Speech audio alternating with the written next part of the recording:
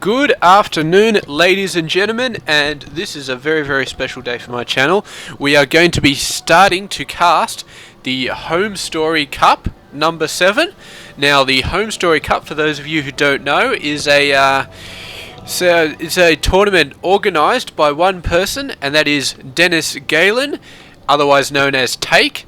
He is a German Starcraft 2 player, but he is what's more than that, an excellent tournament organizer, just a player supporter, all around awesome type of guy.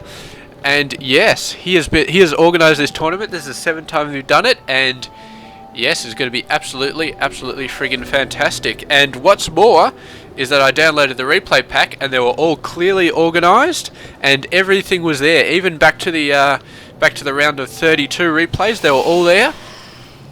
As much as I would like to cast the round of 32 replays though, that would take me about a year, or at least a couple of months to cast all of them, and it would take even longer to upload, so not going to be doing that.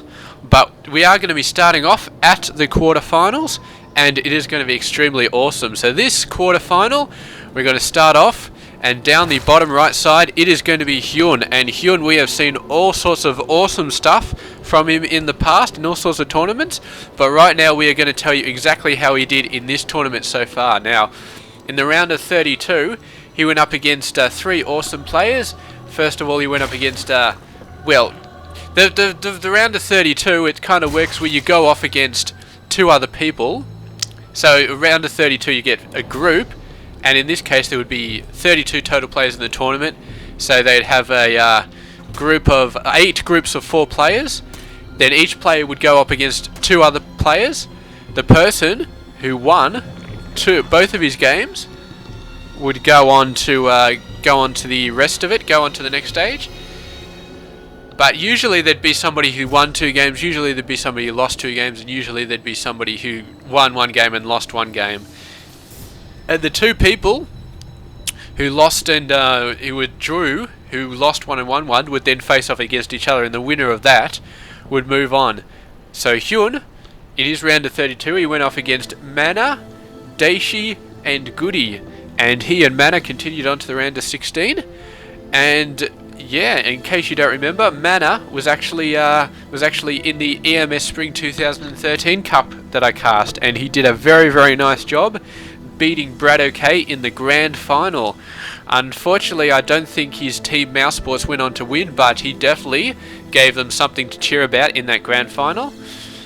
And yeah, in the round of 16, Hyun went on to face up against Violet, Hazuorbs, and Thorzane.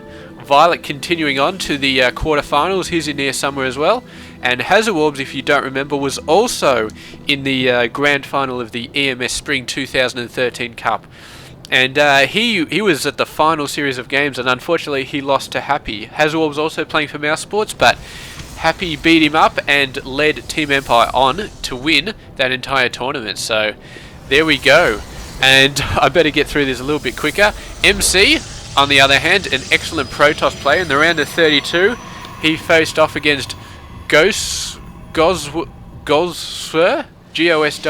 I'm really not sure how to pronounce his name properly, but he went up against him, Sok, and Fuza in the round of 32. Then on the round of 16, he went up against TLO, Bunny, and Night End, and him and TLO went through to the quarterfinals, so you can expect to see TLO around here somewhere as well. And yes, that is going to be absolutely awesome. In fact, I think he's facing off against Violet, so yeah, the coincidence is just going on, but look at this game. Alright, we've got that stuff out of the way, and I wanted to get it out of the way nice and fast so we can get back into this game. And yes, I do not know whether I'm going to do that stuff for every single quarterfinal.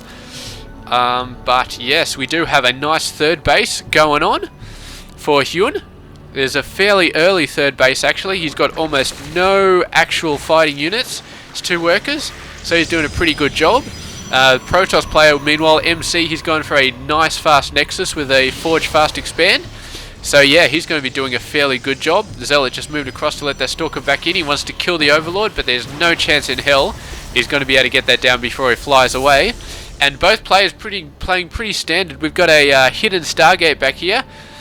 Now this could be a for a few things. It could be a large amount of Phoenix coming out. It may be a single Oracle to do some harass. Or, yeah, it could be some Void Ray tech. You really never know. But here we go, there's a Phoenix coming out.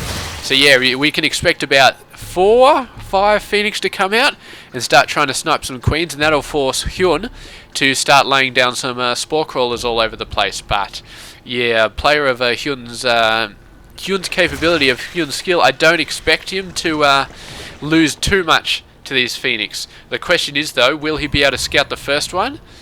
Oh no, he's choosing to send him out to go after the Overlord straight away.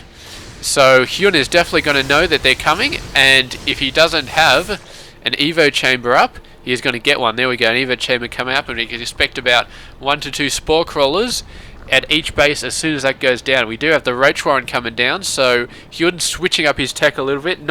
He's got Ling speed, but he's also got a Roach Warren coming out. So very interesting as to what he's going to go. He may be Roach Hydra. It may be, yeah, maybe something else. So we're going to have to see exactly what happens. I'll just Alt-Tab. What have we... I think we've cast Hyun in a crap load of stuff already. He wasn't in the EMS Spring Tournament, I don't think. But he has definitely been in a bunch of Go for SC2 tournaments. And he was actually in the DreamHack game as well, but I think he lost in the quarterfinal versus Stardust, and of course Stardust just going on to do awesome things in that tournament. So I don't know, man. You know how much of a Stardust fanboy I am. I love the Protoss, and that Protoss did so much good work. So of course, as far as I'm concerned, losing to Stardust, it's not exactly a bad thing. It's just, it's just to be expected. But here we go, off against another Protoss player now, and we'll see if Hyun can get back and start doing the things that he needs to do. And 5 Phoenix, man, going to be very good versus the Roaches, because Phoenix, when they're in a fairly large group, they can take down Roaches surprisingly fast. So any sort of Roach push that the Zerg player does in here, he's going to have a bit of trouble with the Phoenix flying around. But if he's going Roach Hydra, then those Phoenix are going to be pretty much useless after a small amount of time. But they are going to continue to move around, scout out expansions, try and snipe Queens and get a little bit too far away from the Spore Crawlers. And yeah, just continue to keep an eye on the tech that the Zerg is producing. He knows about the Roach Warren right now. He's going to be getting out his Robo facility, or the Robo support base, sorry. But yes, going to be awesome stuff. So we're going to see some Colossus, and Colossus, not half bad versus Roaches, but of course they're very good versus Hydras. And when you see somebody going for a decent amount of Roaches, you can almost always expect the Hydras to be coming out behind them. And here we go, the Hydra Den coming out. Zerg is going quite heavy on the economy. If we look at the income, 71 over 56, so he's done a great job here. And he's got to be pushing out a bunch of drones over there, and then after that he's just going to be building a crap load of everything, I think. Just really pushing out the Hydras now that his economy is quite happy with it. But the Protoss is going to be moving out, going to start receding the creep, doing a very good push out here. And I think the Protoss is in a fairly good spot, simply because he can lift these guys up to his heart's content, wipe out the Roaches very easy. The Phoenix is going to go in, going to try and snipe the Overseer. They just going to miss out on getting it. They could have pushed in a little bit harder, but then he may have lost to Phoenix, which is not what he wants to do. But yes, doing some very good job of getting rid of the creep. But the Hydras are out on the field now. He's got to push up the Spores as well to keep a bit of control on those Phoenix. Meanwhile, the Hydra's going to come in. This Mothership Core just got left behind. And that is not going to work very well for him. And here we go, the Spore Crawlers, man. The Phoenix are just laughing at them. I don't think Phoenix can actually lift up Spore Crawlers, though. I think they still count as a building at this point, but here we go. This is going to be a nice battle here. We've got some Zealots here. Do they have legs? No, they do not, but they're still going to be able to get in. They've got some very nice force fields here. The Phoenix going around, but the Hydra's doing all sorts of damage, yanking the Colossus out, and that's going to be bad for the Colossus. He tries to make the ramp, doesn't quite, and some reinforcements as well as those Vipers is going to put the Zerg quite heavily in the lead here, but another Colossus coming up, and he just gets yanked straight into the group of Roaches. The Roaches are absolutely tenacious when it comes to destroying those Colossus. And yeah, going in here, trying to do some damage, but is just not doing what he needs to do. The unit composition for Hyun, just absolutely awesome here. And yeah, MC not really getting too much on the ball in terms of the heavy high-tech units that he needs to get up here. I mean, he needed either some faster Colossus or some Immortals, or just, yeah, I don't know, just a massive amount of ground units. But the Phoenix, man, he went for the Phoenix fairly early, and that slowed him down a bit, and he just wasn't prepared for this ground army. He never got up to the stage where he could, although with the Zerg continuing to run in reinforcements, the Protoss may be swinging this around. There's no more Hydras anymore, so the Phoenix are going to work on these Roaches, but I think they're all out of energy, and the Protoss is just going to keep falling back.